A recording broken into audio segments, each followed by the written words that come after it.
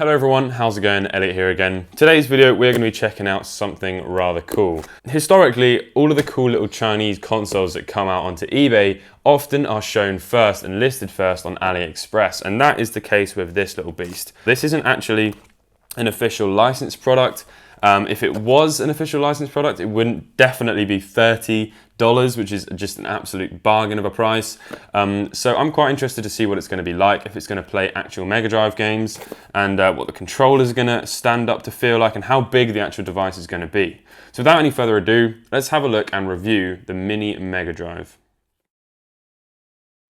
So the box is pretty standard and bleak. There's absolutely nothing on the back. You just got the contents on the side, a little diagram and another one on the other side, and yeah, the controller on the front. So let's go ahead and have a look. It's made by Mind Kids, which we've seen before. We've got Mini G1. Could that be Genesis 1 or, I don't know, classic family and arcade games. And we've got some little sprites at the bottom which don't seem to be of anything Sega related.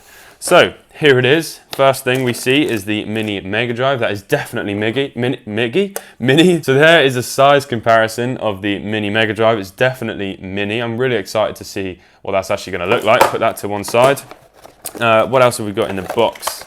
So we've got a power brick, which is the UK one, which is good. Mini USB, micro USB actually, which is nice. Which means you could actually run this thing off of a rechargeable power bank, which is quite cool. So here's the controller. We'll have a little look at that in a second. We've got another one, which is nice. And then we've got our AV cables. So yeah, brilliant, all standard stuff. So let's go ahead and have a look at the actual console itself. If I can just get the bag ripped apart because it's taped together, which is always a sign of quality when sellotape has been introduced. So here it is. It feels quite light, but doesn't feel cheap. You know, it feels like a Mega Drive actually. The detail of it is very, very nice and looks like a Mini Mega Drive, which is what you'd expect. Obviously, a cartridge isn't going to fit in there. Power switch actually functions. The volume switch definitely doesn't. I wouldn't know why that would have any use in this. And you've got a reset button on the top as well. Two controller ports on the front of the device and nothing else. You've got your AV out and your charger, but obviously there's nothing else. They also included the detail on the bottom for the Mega CD, but that isn't actually a real slot. All of these are just standard, not expensive feeling, but they'll definitely do the job. And controller, that is quite an important one because essentially, as long as what you're looking at on the screen is good and your controller that you're using is good, then this is going to be pretty decent. So let's have a look. So the Mega Drive controllers never felt too high quality, and this doesn't feel too dissimilar to that. Although that joypad is protruded like heck. How tall does your D-pad need to be? It feels rather spongy. Definitely isn't a case of it just not being fully pressed in. That is actually how tall it is. But it doesn't feel too bad. You've got some definitive, you know, you can wear the contacts pressing. So that's quite good. The buttons all feel great. Mash very, very nicely. Start and mode is not rubberized. So it's two actual plastic switches. Controller cable feels pretty generic, but it feels pretty good. It doesn't feel too bad at all. And I'm sure with a connection like that, you can probably get some different controllers if you wish. With a Mini Mega Drive, we're gonna need to test this on a mini TV. So here is a security TFT monitor for a car reversal camera setup. So let's see what this needs. I don't think this is gonna have any audio, but that's probably not a bad thing because I don't wanna get this copyright striked. There you go, you can see the cute little setup that I'm going for here. It's quite nifty.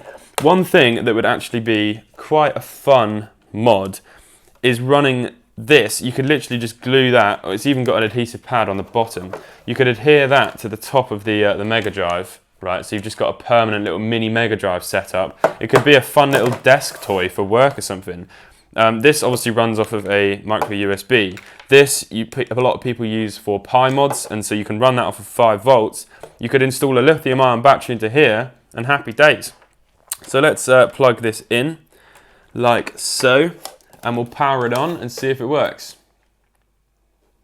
Hooray! Okay, there's the screen showing. Right, I'll change up the camera and we'll have a look at the games. All right, so here we are. We're now all plugged in and ready to scroll through the menu and play and hopefully find some actual Mega Drive games. So it says at the top that we've got 168 in one, which would be very, very nice if that is the case and not actual duplicated games. So there's a couple of games that immediately stand out as 100% Mega Drive games, and that, for example, is Altered Beast, Art of Fighting, Ariel, The Little Mermaid. I definitely know these ones. We've got Battletoads, that's definitely a Mega Drive. Oh, actually, I think that came out on NES as well. Battletoads and Double Dragon, that's interesting.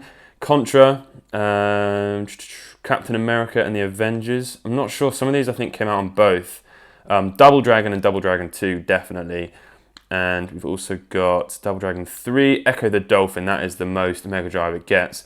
Golden Axe, Ghouls and Ghosts. They're both Mega Drive titles. Hard Driving, classic Mega Drive game. I'll give that one a go in a minute, actually.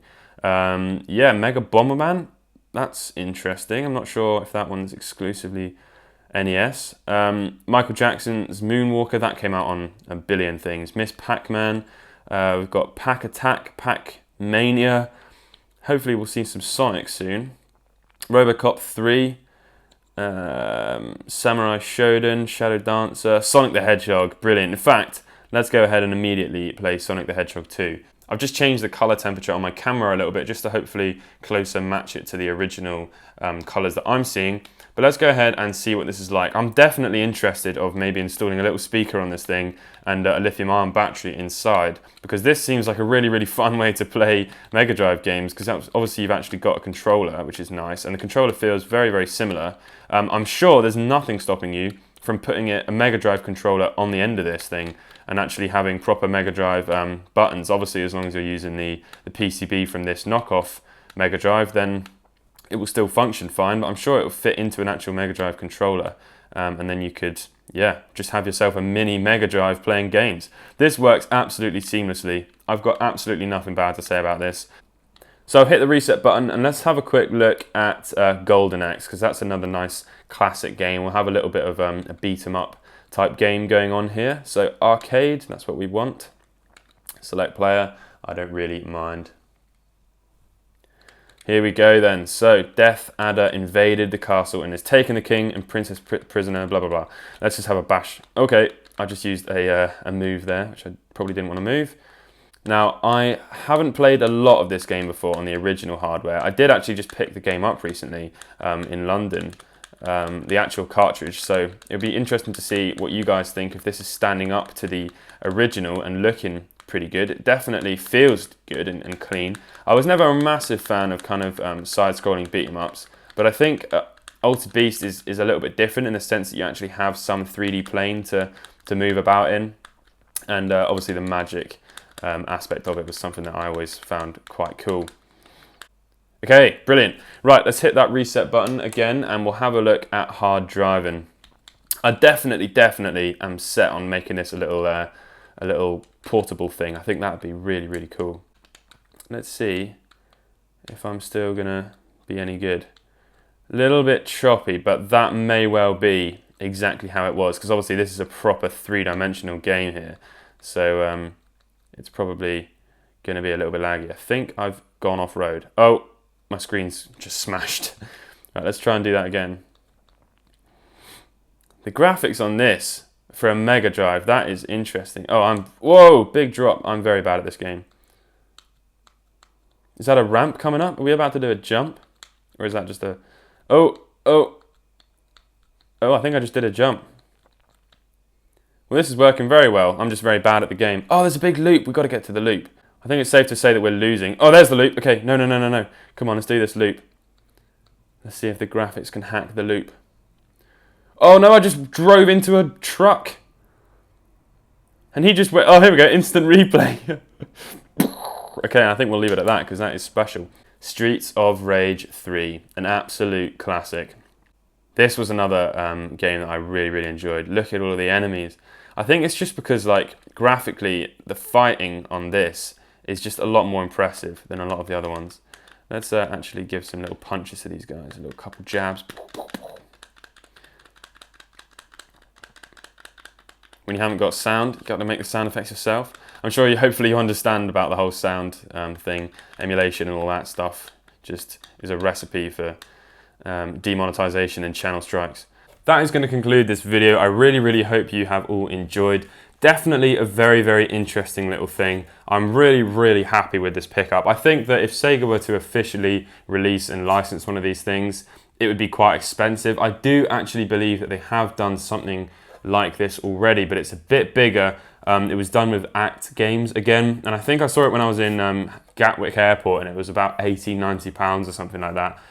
Fair enough, the games might be a bit higher quality, the output might be better, but for the little thing which I was saying, which is just mounting that screen on the top, I think this will work really well and look really cool. Be interested to know what you think of this in the comments section below. If you're new to the channel, please consider subscribing.